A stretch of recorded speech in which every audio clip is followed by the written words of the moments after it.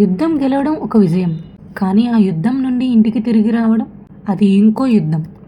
ఒక మనిషి 10 సంవత్సరాలు ట్రోజన్ వార్లో ఫైట్ చేశాడు. ఆ తరువాత ఇంకొక 10 సంవత్సరాలు తన కుటుంబం దగ్గరికి చేరడానికి ఫైట్ చేశాడు.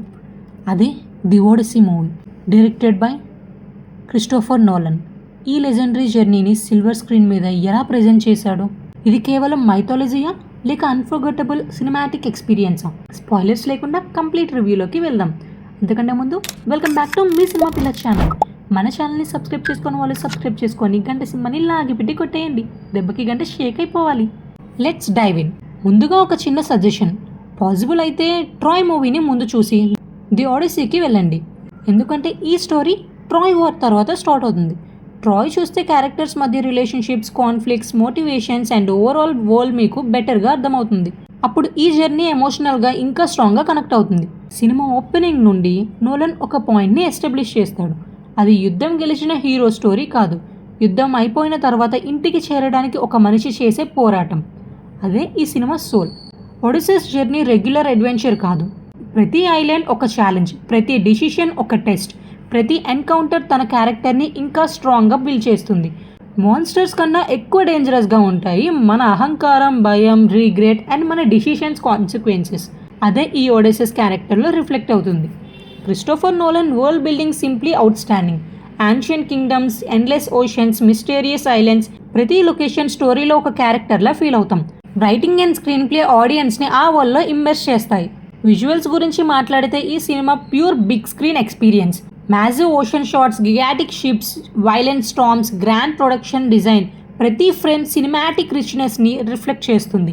టెక్నికల్ డిపార్ట్మెంట్ కంప్లీట్గా టాప్ నాచ్.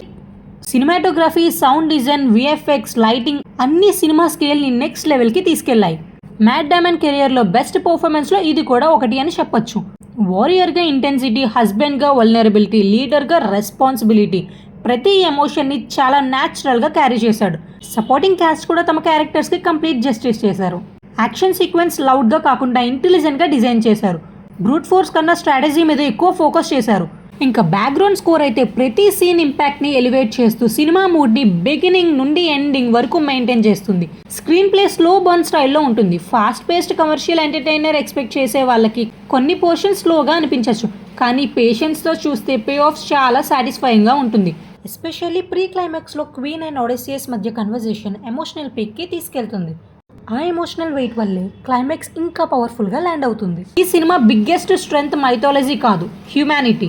హోమ్ అంటే కేవలం ఒక ప్లేస్ కాదు, మన ఐడెంటిటీ, మన మెమొరీస్, మన కోసం ఎదురు చూసే వాళ్ళని కలిపి ఉంచే ఒక ఎమోషన్ అని సినిమా బ్యూటిఫుల్గా చెప్తుంది. నెగిటివ్ సైడ్లో చూస్తే రన్ టైం కొంచెం లెంతీగా అనిపించవచ్చు.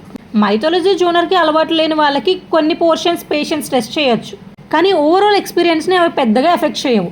ఓవరాల్గా ఒడిసీ కేవలం మైథాలజీ మూవీ కాదు, ఒక ఎమోషనల్ సర్వైవల్ జర్నీ.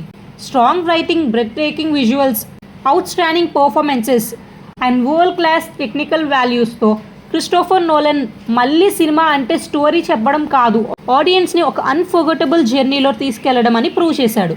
పాసిబుల్ అయితే ఐమాక్స్లోనే చూడండి, ఎందుకంటే కొన్ని సినిమాలు చూడడానికి కాదు, థియేటర్ ఎక్స్పీరియన్స్ చేయడానికి ఉంటాయి. ది ఓడిసీ అలాంటి సినిమా. నా రివ్యూ నచ్చితే లైక్ చేయండి, షేర్ చేయండి అండ్ సబ్స్క్రైబ్ చేసుకోవడం మర్చిపోకండి. మళ్ళీ ఇంకో వీడియోతో కలుద్దాం. ఇట్లు మీ సినిమా పిల్ల.